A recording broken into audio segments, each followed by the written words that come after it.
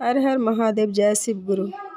अगर आप किसी आध्यात्मिक चीज़ से जुड़े हुए हैं और आप चाहते हैं कि उसमें आपको फ़ायदा हो, जैसे अगर आप शिव चर्चा से जुड़े हुए हैं, शिव गुरु से जुड़े हुए हैं या फिर किसी सद्गुरु से जुड़े हुए हैं, किसी भी आध्यात्मिक कार्य से जुड़े हुए हैं और कहीं भी सत्संग वगैरह में जाते हैं आप या फिर पूजा पाठ करते हैं, मंदिर जाते हैं, तो आप चाहते हैं कि उसका आपको पूरा फल मिले, तो उसका फल आपको तभी मिलेगा जब आप जिस काम को कर रहे हैं उस समय आप 100% वहाँ पर प्रेजेंट रहें। जिस भी काम को आप कर रहे हैं उस समय आपको उसी काम में मन लगाना होगा। आपका ज़रा सा भी ध्यान इधर उधर जाएगा तो वहाँ रहने का आपका कोई मतलब नहीं है। जैसे अगर मैं शिव चर्चा से जुड़ी हुई थी, जब मैं शिव चर्चा में जाती थी, भजन होता था तो मैं वहाँ पर बैठती थी, तो हम लोग सोचते हैं कि क्या शिवलिंग के आगे बैठ के मंदिर में अगर शिव चर्चा कर रहे हैं तो क्या थोड़ी ना शिव गुरु हम लोग को देख रहे हैं या फिर हम लोग का मन में जैसा भाव चल रहा है वो समझ रहे हैं। लेकिन ऐसा नहीं है। हम लोग का शरीर 5 तत्व से बना हुआ है और हम लोग का 5 तत्व में एक आकाश तत्व भी है जिसको कहते हैं यूनिवर्स। तो हम लोग के अंदर एक ऑटोमेटिक डेटा फिक्स है, ऑटोमेटिक सॉफ्टवेयर लगा हुआ है। जो हम लोग सोचते हैं, जैसा मन में भावना रखते हैं, वो यूनिवर्स तक अपने आप पहुंचते रहता है।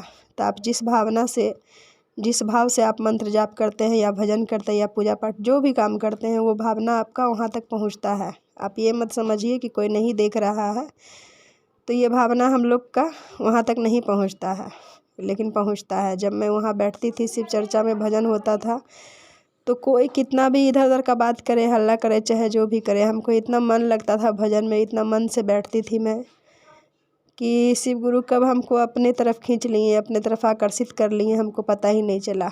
वो मेरा हाथ, अपना हाथ में इस तरह से कस के पकड़ लिए कि हमको केवल और केवल एनी टाइम बस वही नज़र आते हैं और उन्हीं का नाम मेरा दिल में अपने आप चलते रहता है। हम उनको क्या अपना दिल में बसाएंगे, वो हमको अपना दिल में बसा लिए हैं। तो अगर आप कोई भी सत्संग से, सद्गुरु से, चाहे जिस भी चीज़ से आप जुड़े हुए हैं, आप जब भी कभी आपको मौका मिलता है सत्संग में, भजन में, कीर्तन में या फिर पूजा पाठ, मंदिर जाने का, जो भी काम आप करते हैं, तो वहाँ पर आप 100% प्रेजेंट रहिए, पूरा दिल से, मन से, भाव से और अच्छा भाव से, आधा मन से नहीं। तो देखिएगा आपका जो सद्गुरु हैं, आपके जो भगवान हैं, इष्ट देव हैं, आपको इस तरह से पकड़ेंगे कि आपको उनको याद नहीं करने पड़ेगा। अपने आप ऑटोमेटिक जो आप चाहते हैं आपके साथ हो, वो सब होना शुरू हो जाएगा। और यहाँ तक कि आपको भगवान दर्शन भी दे देंगे और आपका सारा काम अपने आप होगा। ऐसा नहीं है कि आपको कुछ करना नहीं है, करना है, करते रहिए, लेकिन वो काम कैसे बनते जाएगा आपको पता भी नहीं चलेगा। वो ईश्वर इतने दयालु हैं, वो आपको बस किसी रूप में आप उनको याद करिए, सद्गुरु का रूप में याद करिए, कृष्ण जी का ये रूप में याद करिए, शिव जी का रूप में याद करिए, माता के रूप में याद करिए। जिस रूप में भी याद करिएगा उस रूप में वो चले आएंगे। जिस तरह से सोना का जेवर होता है तो वही सोना हर चीज़ में रहता है मौजूद, हार में, झुमका में, नथ में, टीका में, कंगन में, अंगूठी में। इस तरह से वही सोना हर चीज़ में रहता है, लेकिन आकार उसका अलग अलग होता है। तो वही शक्ति हर जगह है, वही प्रकाश हर जगह है, हर किसी के अंदर में है। हर इष्ट देव अपना जिस रूप में आप याद करिएगा उस रूप में आपके इष्ट देव आपके सामने आपको दर्शन देंगे, उसी रूप में वो प्रकट होंगे।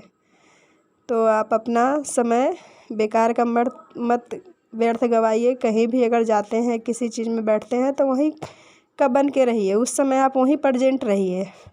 अब वहाँ बैठे रहेंगे, ध्यान कहीं और लगा रहेगा, तो आपको वहाँ बैठने का कोई फल नहीं मिलेगा। तो अगर आप चाहते हैं कि आपके इष्ट देव, आपके सद्गुरु आपका साथ दे, तो आप पूरा 100% उसमें मन लगाइए।